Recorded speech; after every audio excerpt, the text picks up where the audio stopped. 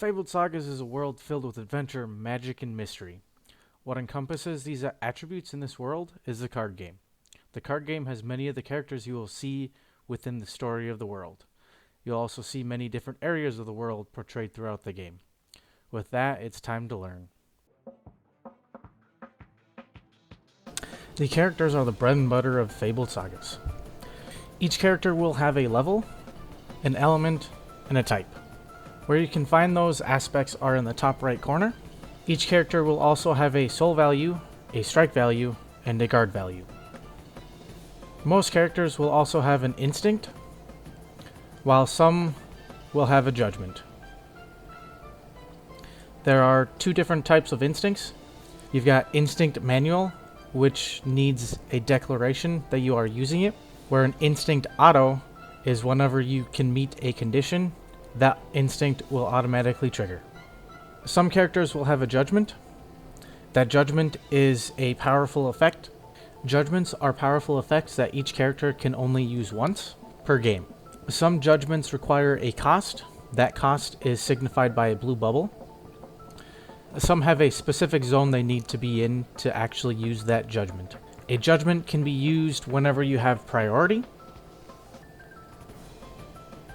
Instinct autos will trigger whenever that condition is met. For instance, Guardian Spirits of the Magi. Whenever this character gets sent to the Afterlost, that instinct will automatically trigger. Jace's instinct, you can only activate on your management phase or during your cleanup phase. Some characters will have a commandment. This commandment only appears on level 3 arc notes at this time. Any level 3 character is an arc note at this time. Any level 0 character can be convoked to your field without needing to pay any orb cost. A level 1 character needs an orb of the same element that it is. For instance, Jace needs an Umbral orb to be convoked out to your convoke zone. Magic King Ryuji needs 2 Radiant orbs in order to convoke it out. Whenever a character gets sent from the convoke zone to the Afterlost, the player controlling that character will generate an orb of that character's element. For instance, Skuldrus, if it gets sent to the Afterlost from the convoke zone, you would generate an Inferno orb. Whenever a character gets sent from the convoke zone to the Afterlost, the controlling player will also lose vitality equal to its soul value. The soul value is the first number underneath its name. The strike value is the second number underneath its name. And the guard value is the third number underneath its name. Sectors are the environments and lands of this world. Each sector has the sector icon on the top left-hand corner. Each sector has an effect that may affect one player or both players. For example, Kingdom of Hallosin affects both players, since it does not specify a specific player. Magic Kingdom is only at the beginning or at the start of your turn. And Stormage Encampment is Stormage characters in your own convoke zone. When either player ends up playing a sector, that sector will go into their corresponding sector zone, which is in the top left corner of their map.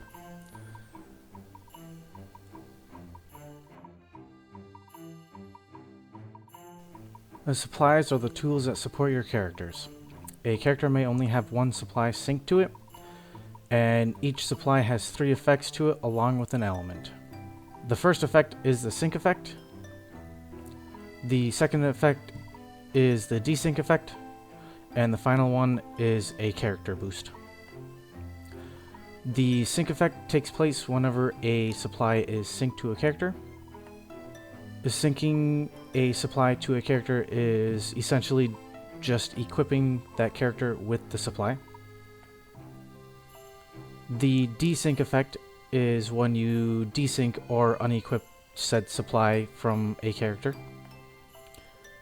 Each supply will have a blue bubble before the effect of the desync effect. That blue bubble signifies the cost of desyncing that supply.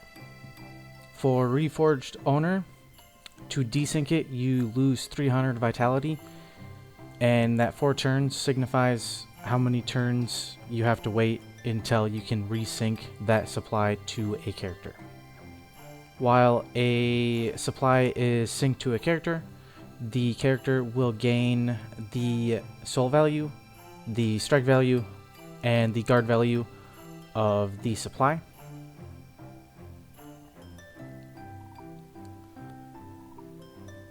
A player may only have up to 3 supplies on their map. Each supply occupies a supply bay, which is in the bottom left to middle of your map. Once the 2 supply bays are filled up with other supplies, you can use the reserve zone. If you use the reserve zone for a supply, you can only use up to 2 charms. Whenever a supply is sent from the supply bay to the Afterlost, the controlling player will generate an orb of the supply's element.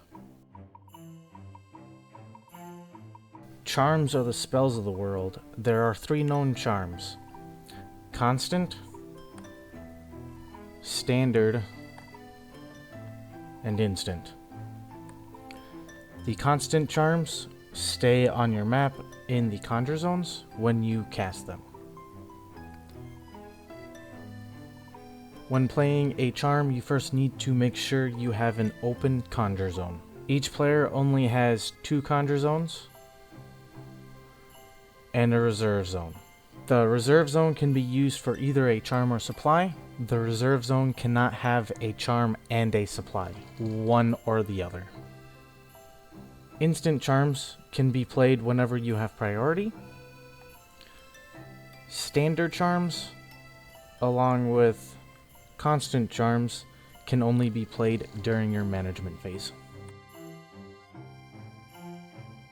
Arknotes are special and ancient artifacts of the world, with different conditions that restrict how to play them. Each Arknotes card has a condition. This condition must be met in order to play the Arknotes card. Arknote cards can be any type of card. This includes characters, charms, sectors, supplies, team-ups, and rivalries. Arknote cards can only be played on your turn during your management phase. If the Arknote card is an instant card, that can be played anytime you have priority. An Arknote character, for example Stormmage Tryphus, can be played whenever that condition is met. You do not need to pay an orb cost for any Arknote character. The team-up Arknote cards have a cost. That cost is the name of 2 characters. In order to play the team-up card, you first need to send both characters to the Afterlost. The named characters can be in your Convoke Zone or hand, or it could be a combination of both. The Arknotes deck can contain between 0 and 10 cards. Arknote cards can only be included as a one-of, except for team-up cards. You can have up to 3 of the same named team-up card in the Arknotes deck. When an Arknotes card resolves, that card goes back to the bottom of the Arknotes deck, face up. A face-up Arknotes card in the Arknotes deck signifies that card has been used and can no longer be played throughout that game. The main deck consists of 40 to 60 cards. You can have up to 3 copies of any one card, except for any card that has the Elysium keyword. The Arknotes deck can have between 0 and 10 cards. The Arknotes deck can consist of Arknote, Team-Up, and Rivalry cards. Team-Up cards you can have up to 3 of the same name, while other cards you can have only 1 of the same name. The side deck consists of 15 cards. You can only have up to 3 copies of one single card between the main deck and side deck. Each player may have dice to represent counters. Setting up to play a game of Fabled. Each player will take their main deck, set it down, and then their Arknotes deck and set it off to the other side. Each player will start off with 2,000 vitality. Then both players will shuffle their decks. Both players will draw 6 cards. After the players have drawn their cards, they may choose any agreed upon method to decide who goes first. After deciding who goes first, each player may take a mulligan. A mulligan is where you shuffle all of the cards in your hand back into your deck.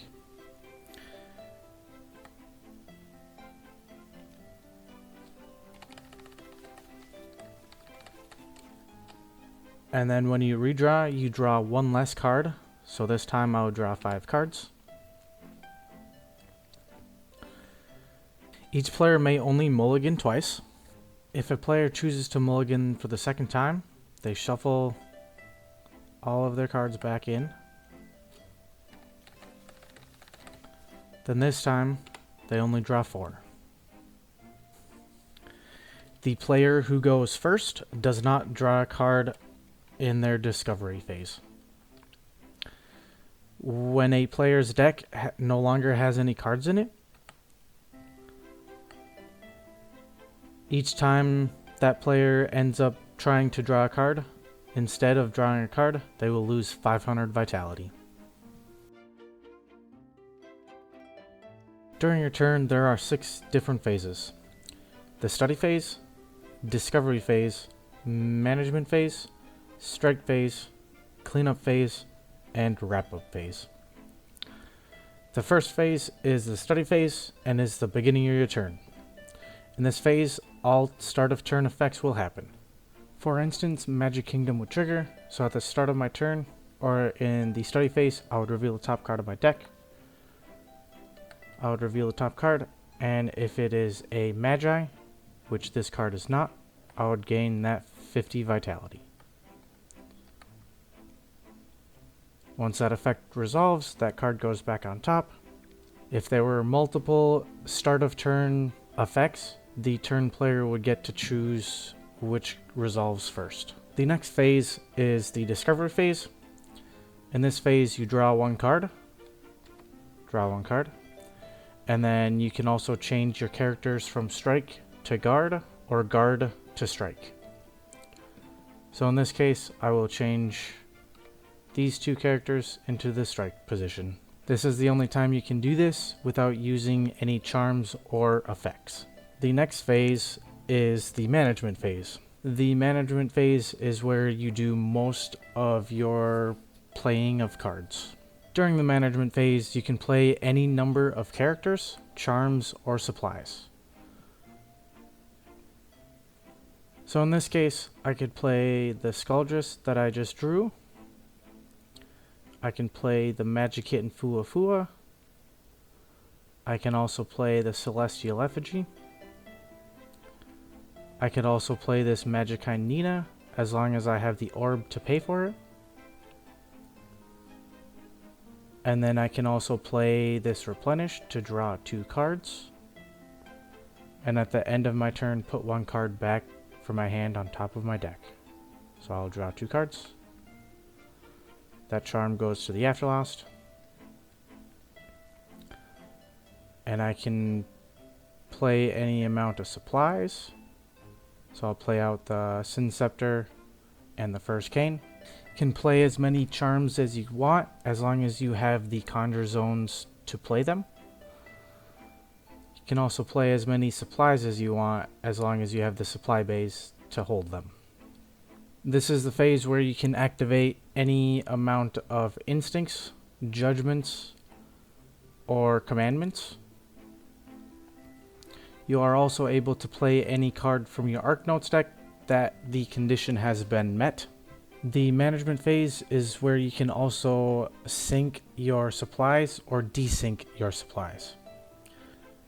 So I can sync up the Sin Scepter to a character. So I'm going to say I sync the Sin Scepter up to the Triphis. So now Triphis has the sync ability. Once you have done everything in your management phase that you want to, you go into your strike phase. Any character that entered the Convoke Zone the same turn cannot perform a strike during that same turn strike phase. So in this case, Nina, the Effigy, Magic Kitten Fua Fua, and the Skuldress cannot strike this turn. In order for a character to declare a strike, it must be in strike position. Whenever you declare a strike, you can declare that strike to an opposing character or to the opposing player's vitality. When a character gets declared as a striker, you can either choose to strike the player directly or choose to strike a character they have in their convoke zone. A striking character can strike a character in strike position or guard position. If the opposing player decides to guard with a character, that character needs to be in the guard position. A strike is declared. Your opponent can activate instant charms or judgments in response to the declaration of the strike. After all of those effects have resolved, the opposing player may let the strike reach its target, or they can choose a character to guard the strike. Each character can only be used to guard one strike per turn. A character must be actively selected to use up that one guard per turn. When a striking character targets a character in the strike position, the players compare the strike values of the two characters. If the strike value is the same, both characters will go to the Afterlost. If the striking character has a higher value than the opposing character gets sent to the Afterlost. When the striking character targets a character in the guard position, you compare the strike value to the guard value. If the strike value is higher than the guard value, the opposing character gets sent to the Afterlost. If a card effect changes the striking character into the guard position, that strike ends. When a striking character has not been guarded or is not striking an opposing character, that strike goes to the opposing player's vitality. When that strike resolves, the opposing player will lose an amount of vitality equal to the strike value of that attacking character. At the end of the strike phase, each character that ended up making an attack will get changed to the guard position.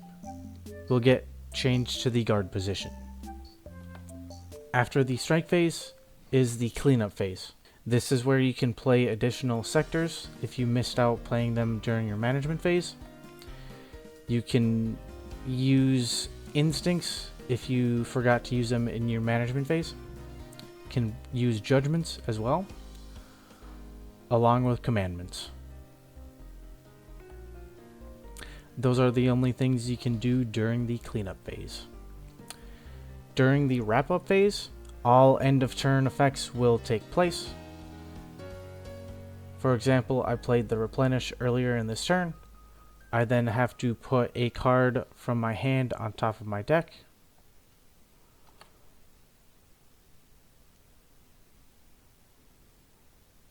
If there are any questions on how the game works, or if there is any confusion, please leave a comment. I will do my best to answer the question or clear up any of the confusion.